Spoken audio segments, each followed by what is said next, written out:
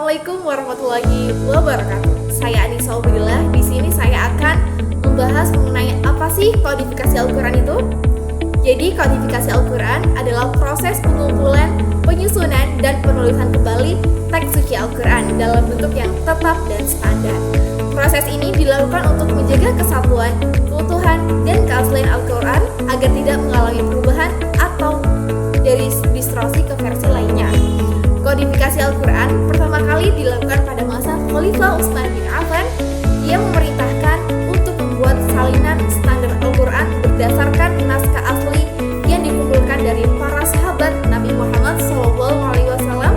Hal ini dilakukan untuk menghindari perbedaan bacaan penafsiran yang mungkin terjadi di berbagai wilayah Islam pada saat itu.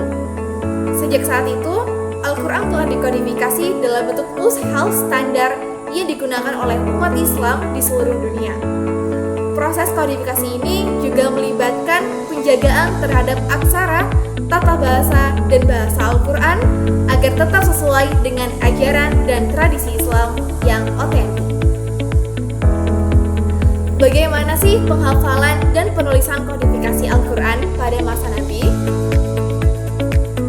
Penghafalan dan penulisan Al-Quran pada masa Nabi, yaitu yang pertama ada penghafalan Al-Quran, kedua penulisan Al-Quran, ketiga kontrol kualitas, yang keempat kodifikasi awal.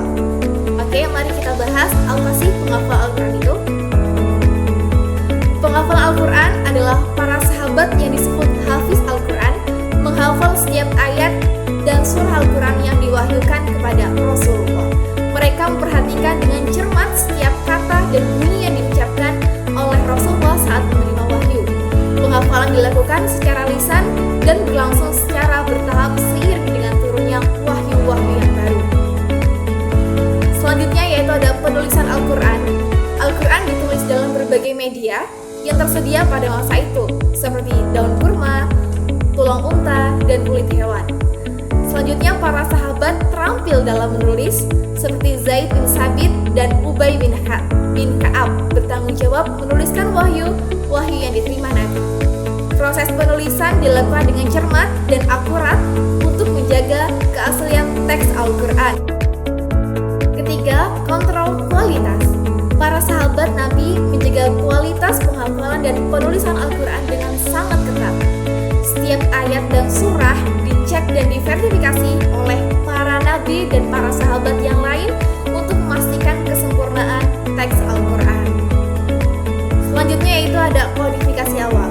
Khalifah Utsman bin Affan memerintahkan untuk membuat salinan standar Al-Quran berdasarkan naskah asli yang dikumpulkan dari para sahabat Rasulullah.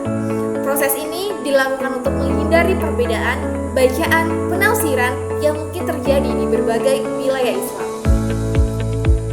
Selanjutnya yaitu penghafalan dan penulisan Al-Quran pada masa Nabi merupakan landasan utama bagi keberlangsungan dan keaslian teks suci Al-Quran hingga saat ini.